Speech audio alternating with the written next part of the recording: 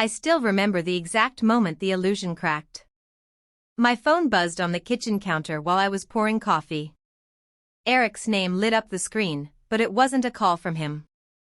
It was a notification from our shared family calendar app: dinner with Alina, 7 p.m., the Oak Room, downtown. No reminder for me. No family night. Just her name, bold and alone. I stared at it for a long second. Then I closed the app. I told myself it was work. Eric was a senior project manager at a fast-growing tech firm here in Austin. Late nights, client dinners, it came with the territory. He'd been climbing the ladder hard the last year, talking non-stop about opportunities and proving stability. I wanted to believe him. I'd always wanted to believe him. My name is Vivian. I'm a freelance graphic designer, working from our cozy house in the suburbs. I notice things, kerning on type, color mismatches, empty space that feels wrong. I've spent years training my eye to spot what people try to hide. But when it came to Eric, I turned that eye inward. I told myself I was overthinking. That the little things didn't add up to anything big. It started small, like most betrayals do. About 8 months ago, he began dressing sharper. Not just for big meetings, every late night at the office. He'd stand in front of the mirror, adjusting his collar 3 times, running a hand through his hair like he was walking onto a stage. Big presentation? I'd ask. Nah, he'd say with that easy smile. Just want to look sharp. His eyes would flick away for half a second. I filed it away. Then came the perfume. Faint, floral, expensive. On his shirt collar after team drinks. New intern got too close handing over files, he laughed it off. I nodded. Didn't push. I didn't want to be that wife, suspicious, controlling. But the thread started pulling tighter. One night he took a call in the garage. I heard his voice drop, soft, careful, the way you talk when you're trying to impress someone. Yes, sir, I completely understand. Thank you for the chance. He hung up fast when he saw me. My boss, he said. Just checking in. But the tone didn't match boss. It matched someone he was auditioning for. Then the ring. I found it in his desk drawer while looking for a pen. Small diamond, elegant, expensive. Client gift, he said when I asked. Reward for hitting our quarterly target. Company policy, they reimburse. He said it so smoothly I felt stupid for doubting. I closed the drawer. My chest felt cold, not broken. Just cold. The questions started coming. Casual at first. If a guy can give his wife a better life, shouldn't she be grateful? Or do you think families at the top value stability over everything? He'd say it like he was thinking out loud. I'd answer honestly, as long as it's real. He'd go quiet. Too quiet. I should have confronted him then. But I'm not the type to explode without proof. I observe. I collect details. And the details were piling up like unread emails. His phone started facing down at night. Calls went straight to voicemail when I tried him late. Emergency meeting, he'd text hours later. One weekend, a receipt fell out of his jacket, upscale steakhouse downtown, 2 entrees, bottle of Cabernet. Client, he said. Table next to us was loud, must have mixed up the orders. He didn't even blink. Stood by the rail, water in hand. His buddy, your wife's in books? Kinda soft for a guy climbing fast. Not power couple material. Alex laughed. Small. No defense. Eyes slid over me, dismissed. I heard it all. Felt clarity, not pain. Uber home, rain pouring. I asked, how do you want me at these things? Just blend in better. Don't disappear. I looked at my reflection. Authentic. Real. Said nothing. Let him sigh alone. Cuts kept coming. Frowns when I skipped brunches. Praise for Riley, she crushed that pitch. He boxed me, not flashy. Not enough. Then bolder. Sunday editing. Wife of a future exec can't just tinker with words. Ambition isn't a show. He wanted argument. Got none. Riley everywhere. She landed 3 deals. Your life doesn't match my path. I saw it. Never reacted. He scheduled us. Dinner Thursday come. Look solid. Prep anything? Talk more. Don't go quiet. I spoke when needed. Honest. He wanted cheerleader. Not me. Mom's brunch, Elena's too reserved. Shrug. Told her. I buttered toast. Silent. Phone buzzed one night. Last night was fun winking face, Riley. I didn't scroll. Glow was enough. Next day, relieved look. We're on different paths. Say it. Riley gets me. Her drive matches. That night, his iPad, engagement ring PDF. Riley Thompson. Opened it when he got home. I was gonna tell you. Go. He packed. No sorry. Door shut. Silence settled. Clean. Powerful. This wasn't breaking. It was waking up. I walked into the oak room like I belonged there. Warm lights, low jazz, the smell of aged steak and red wine. The hostess smiled. Table for one? I shook my head. I'm meeting my husband. She glanced at her screen, then at me. Something flickered in her eyes, recognition, maybe pity. He's at table 12. In the back corner. With his fiancée. The word landed like a quiet slap. Fiancée. Not girlfriend. Not date. Fiancée. I didn't flinch. I'd known for weeks, even if I hadn't said it out loud. I just needed to see it. To make it real. I walked slowly through the dining room. Heads turned slightly, a woman alone, coat on, purposeful. Table 12 was tucked away, romantic, private. Eric sat with his back to the room, shoulders relaxed, that same controlled smile he used in boardrooms. Across from him was Alina, young, polished, long dark hair, bright eyes. The ring on her finger caught the light. Same cut as the one in his drawer. They looked comfortable. Like they'd done this 100 times. Like they belonged together. Eric tilted his head the way he did when he was trying to seem charming. Alina laughed softly at something he said. I stood in the shadows for a moment, watching the man I'd built a life with perform for someone else's future. Then I stepped forward. Alina saw me first. Her smile faded. She tilted her head, trying to place me. Eric turned. The color drained from his face in half a second. Not guilt. Fear. Pure, career-ending fear. Vivian, he whispered. What are you? I didn't let him finish. My voice was low, steady. I'm not here to talk, Eric. I set a folder on the table. Loan contract. Bank statements. Transfers showing every dollar he'd taken in my name, the stability he'd bragged about to her family. The chairman's family. Alina's family. I looked straight at her.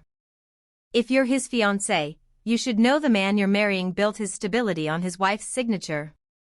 This loan? It's in my name. He used it to look good for your dad. For the promotion. For you. Alina's eyes dropped to the papers. Then to Eric.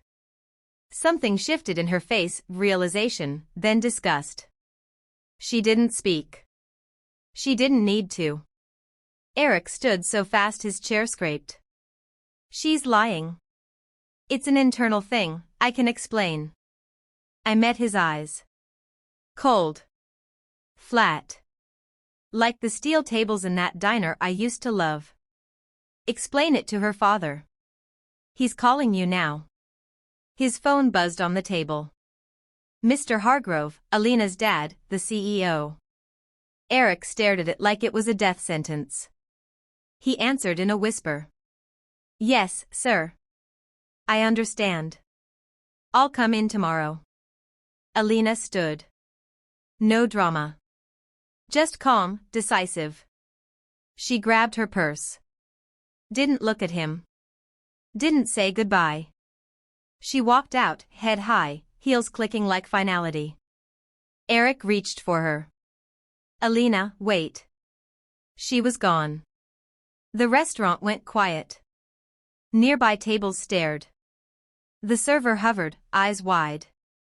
Eric turned to me, desperate. Vivian, please. We're married. You can't do this. I stepped back. I'll send the divorce papers tomorrow. Clean break. You keep your opportunities. I keep my name off your lies. He scrambled after me as I walked out. You're destroying my life.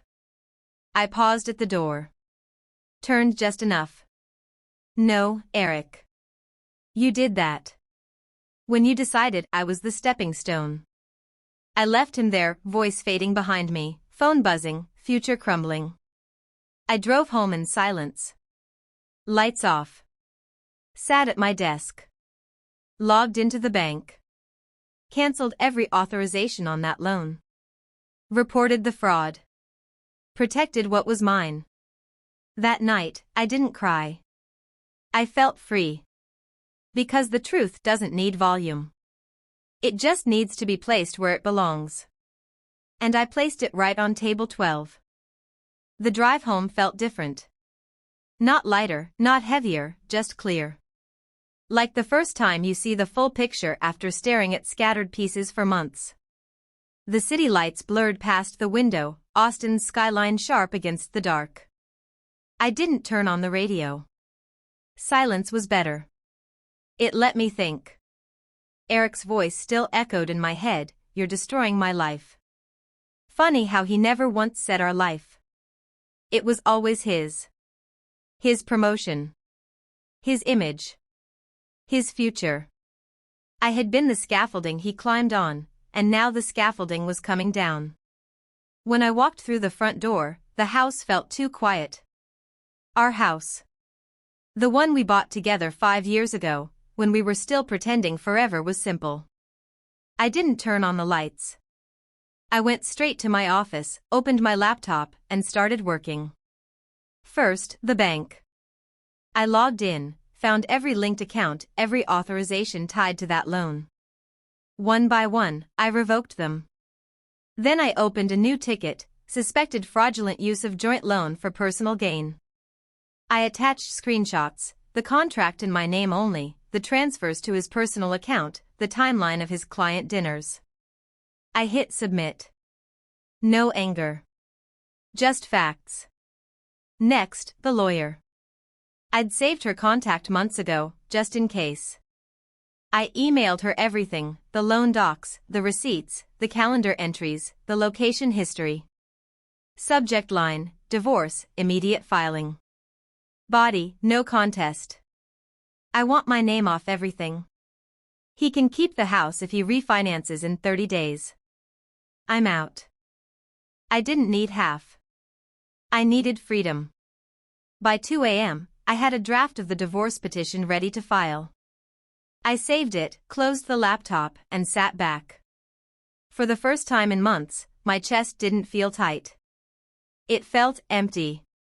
But empty in a good way. Like a room after you've finally thrown out the junk you've been stepping over. The next morning, my phone started buzzing early. Eric. 10 missed calls. Then texts.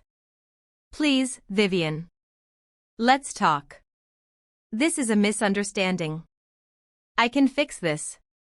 You're ruining everything I worked for. I didn't reply. I blocked his number.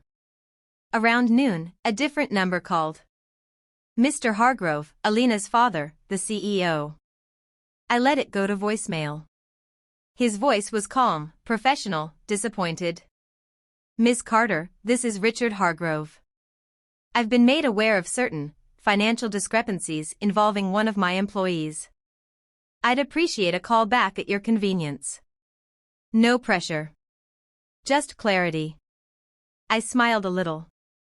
Clarity. That's exactly what I'd given him. I called back that evening. Short. Polite. I explained the loan, the lies, how Eric had used it to prove stability to the family. I sent him the same folder I'd left on the table. He listened quietly. When I finished, he said only one thing. "Thank you for your honesty. This will be handled internally." I knew what that meant. Eric's VP dream? Gone. The promotion he'd sold his soul for? Vapor.